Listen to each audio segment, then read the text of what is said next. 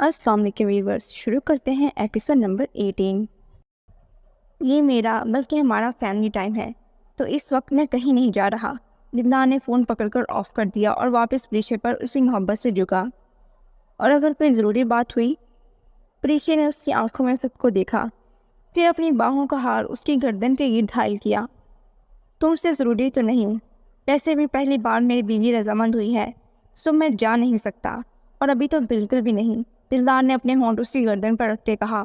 وہ سمٹ کر اس کے سینے میں چھپ گئی۔ اور اب میں جانے بھی نہیں دوں گی آپ کو۔ پریشے اس کے سینے سے لگی ہولے سے اپنی محبت کا اظہار کرتے اس نے اپنے لب دلدار کے دائیں گال پر رکھ دیے۔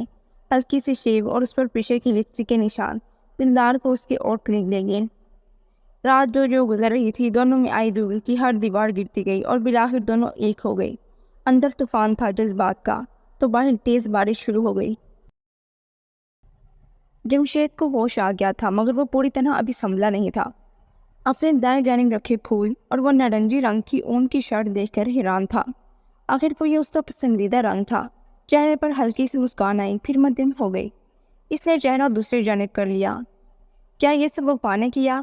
مگر اس کے علاوہ یہ کر بھی کون سکتا ہے؟ جمشید اپنی کشمکش میں تھا جب کمرے کا دروازہ کھولنے کی آواز پر جمشید نے آنکھیں بند کر لیں۔ ہیلو مسٹر جمشید، مانوس کی آواز پر اس نے آنکھیں کھولیں۔ وہ وفا تو نہیں تھی، اس کی آواز کو وہ پہچانتا تھا۔ اسمائل، جمشید نے فوری پہچان لیا۔ یپ جمی، کیسے ہو؟ میں ہی تمہاری ڈاکٹر ہوں، اب بتاؤ کیسا محسوس کر رہی؟ وفا، جمشید نے اٹھ کر اس کا پوچھا۔ اتنے میں وہ کمرے میں داخل ہوئی، دونوں کی نظریں آپس میں ملی۔ وفا چلتی اس کے پاس آ گئی۔ اوہ ڈاکٹر وفا، میں ابھی بیزی ہوں، جمشید کی ڈریسنگ کرنی ہے۔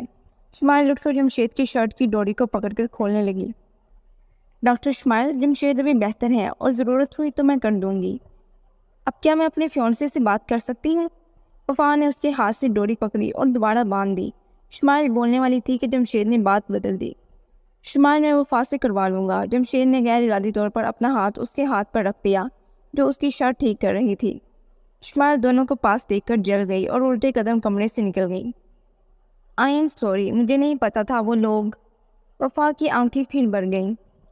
جمشید نے اس کو دیکھا تو نہ چاہتے ہی اس کا بازو پکڑ کر اپنے پاس بٹھا لیا۔ آئی ایم سوری ٹو، اور تم مجھے چھوڑ کر جا رہی تھی؟ بس اتنا سا پیار تھا تمہارا؟ ہاں، تمہیں جیسے بہت فکر ہے میری یا میرے پیار کی۔ یہاں پڑے ہو مزے سے، اس اسمائل سے لگی ہو۔ وفا، میں اس کو اتنا ہی جانتا ہوں جتنا اس دن ملا تھا پارٹی پر، بس۔ اور اگر مجھے ایک منٹ، وہ مجھے کیوں پیاری لگی؟ پیاری ہوتی تو اس کو کہتا پٹی بدل دو۔ ہاں، جیسے میں اس کو کرنے دیتی۔ وفا نے اس ہاتھ پر اپنا ہاتھ مضبوط کر لیا۔ اس کی انگلی میں چمکتی وہ انگوٹھی جمشید کے لیے کافی تھی۔ مجھ سے شادی کرو گی؟ جمشید نے چہرے پر آئے بالوں کو ہٹا کر اس کی آنکھوں میں دیکھا۔ وفا دنگ رہ گئی۔ کیا؟ اس نے بے یقینی سے پوچھا۔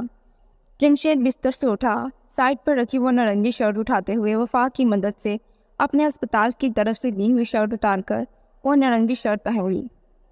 چوڑی چھاتی، مسلز اور وہ ابری ہوئی نس، وفا اس کو پہلی بار یوں دیکھ رہی تھی۔ اس نے کھانس کر اپنے ہونے کا بتایا اور نظریں دوسری طرف کر لیں۔ دیکھ سکتے ہو ڈاکٹر بوس، جمشید اس کے پاس ہو کر بولا۔ وہ حیران سے اس کو دیکھنے لگی۔ وفا خمار، اب جو پوچھنے لگا ہوں مجھے اس کا جواب ابھی چاہیے۔ مجھ سے شادی کر لو، یہ لڑائی اور بحث جو ہے مجھے اپنی پوری زندگی چاہیے۔ عادت کب ہوئی پتہ نہیں، پر محبت ہو گئی ہے، اسی لیے کسی کے ساتھ دیکھ بھی نہیں سکتا۔ اور تم اس کو چھو رہی تھی؟ جمشید نے بات کرتے پھر غصے سے ہاتھ دیوار پر مارا۔ وفا نے نظریں اٹھا کر دیکھا، پھر اچھل کر اس کے ہاتھ پکڑ لیا۔ کیا مسئلہ ہے؟ ہاں، خود کو ایسے ہرٹ کرنا تمہیں بہت پسند ہے؟ میرے سوال کا جواب دو۔ جمشید نے اس کا ہاتھ پکڑا ہی تھا کہ دروازہ کھولے نرس اندر آئی۔ سر، آپ نے چینج کیوں کر لیا؟ ابھی آئی سی جی کرنی ہے۔ ڈاکٹر، آپ بولیں ان کو، نرس نے حیرت سے کہا۔ اٹس اوکے نرس، میں کر لوں گی، آپ جائیں۔ وفا نے نرس کو جانے کا کہا اور اپنے ڈاکٹر کے روپ میں واپس آ گئی۔ ابھی لمبا سانس لو۔ اس کے سینے پر لگائی پن سے وفا ریڈنگ چیک کر رہی تھی۔ آئی سی جی کی رپورٹ آنے میں بھی کچھ وقت باقی تھا۔ جمشید کھلے گریبان کے ساتھ اس کی حرکت نوٹ کر رہا تھا، پر نہ جانے کیا سوچ کر اس کو تنگ کرنے لگا۔ ڈاکٹر بوس، اتنا ہینڈسم لڑکا نہیں دیکھا کبھی۔ ویسے میں دیکھ رہا ہوں بہت شرمایا جا رہا ہے۔ جمشید نے اس کے کوٹ کا ایک کونا پکڑ کر کہا۔ میرے پاس ہینڈسم لڑکا ہے اور شرما کون رہا ہے؟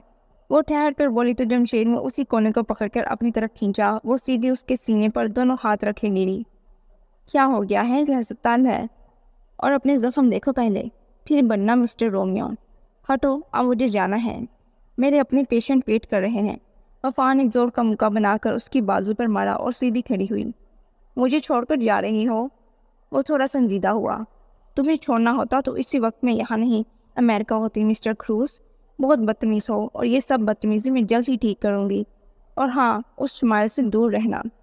وفا نے اظہار کے ساتھ ساتھ اس کو دھمکی بھی دی۔ وہ ہنستا رہا۔ وفا کو آج معلوم ہوا اس کے گال پر ڈمپل پڑتے ہیں۔ 2 سیکنڈ رکی، پھر کمرے سے نکل گئی۔ سردار، حاکم حویلی میں وہ لڑکی جو تھی، سنا ہے وہ جمشید سے مانگ ہے، کیوں نہ اس کو اٹھا لیا جائے؟ ایسے وہ ہماری زمین کا مسئلہ بھی حل ہو جائے گا، اور دونوں گاؤں میں سنا ہے صلح ہو گئی ہے۔ سر پر ٹوپی چمکائے وہ غازی کا خاص ملازم تھا جو اس کو ساری باتوں کا بتا رہا تھا۔ واہ شیرے واہ، اٹھا لو اس ڈاکٹرنی کو، 1-2 پٹیاں ہم بھی کروا لیں گے، پیسے بھی وہ سالہ جو بچ گیا ہے، چلو ایسے مارتے ہیں۔ غازی نے مونچھ کو تاؤ دیا۔ سردار، یہ کام کل ہو جائے گا۔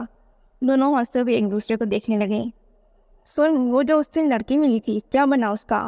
کافی دن ہو کے کوئی حسن کا پیکر نہیں ملا، تھوڑی دل کو تسلی ہو۔ غازی اپنے مخصوص انداز میں پان تھوک کر بولا۔ طبیعت سے وہ بہت بڑا عیاش تھا، اور دھوکہ بازی اس کے خون میں شامل تھی۔ سلام مائی سرکار، حاکم علی نے ادب سے کھڑے ہو کر کہا۔ وعلیکم السلام بھائی صاحب، بیٹھے۔ میں نے سوچا میں خود حاضری دوں تاکہ آپسی رنجش ختم ہو اور ہمارے گاؤں کے دشمن کا راہ بند ہو۔ بہت اچھی بات تھی بھائی صاحب، دونوں گاؤں کے درمیان ایک سڑک کا افتتاح کل ہی کرواتے ہیں تاکہ دونوں گاؤں کی بچیوں کو آنا جانا آسان ہو، غازی کا علاقہ کٹ جائے۔ جی بالکل، اور میں شرمندہ ہوں جو ہوا۔ حاکم نے اپنے سر سے ٹوپی اتار کر مائی سے قدموں میں رکھ دی۔ یہ کیا کہہ رہے ہیں بھائی صاحب؟ یہ مجھے بہت پہلے کر لینا چاہیے تھا، آخر کو وہ میری بھی بیٹی تھی۔ جاوید نے جو کیا۔ بس بھائی صاحب، اولاد گندی ہو تو والدین کا کوئی قصور نہیں، اور ہم ان باتوں سے اوپر آ گئے ہیں۔ اگر جمشید نہ نہیں کرتا تو میرے بچوں کو وہ خوشیاں نہیں ملتی۔ شکر ہے ہم نے دوسری بار جاوید سے دھوکہ نہیں کھایا۔ مائی سرکار سکون سے بولی۔ جی، حاکم ہولے سے بولا۔ چائے نہیں آپ، اور چھوڑیں ان باتوں کو، آپ بتائیں کب کر رہے ہیں جمشید کا بیاہ؟ مائی نے بات بدلی۔ بس بہت جلد، وہ گھر آئے تو سمجھے شادی کی تیاری شروع۔ حاکم علی نے خوشی سے بتایا، اور چائے کا کپ پکڑ کر باقی سیاسی باتوں کو کرنے لگے۔ جی تو ویورز، ایپیسوڈ کے بارے میں اپنی رائے ضرور دیجیے گا۔ ملتے ہیں نیکسٹ ایپیسوڈ میں، تب تک کے لیے خدا حافظ۔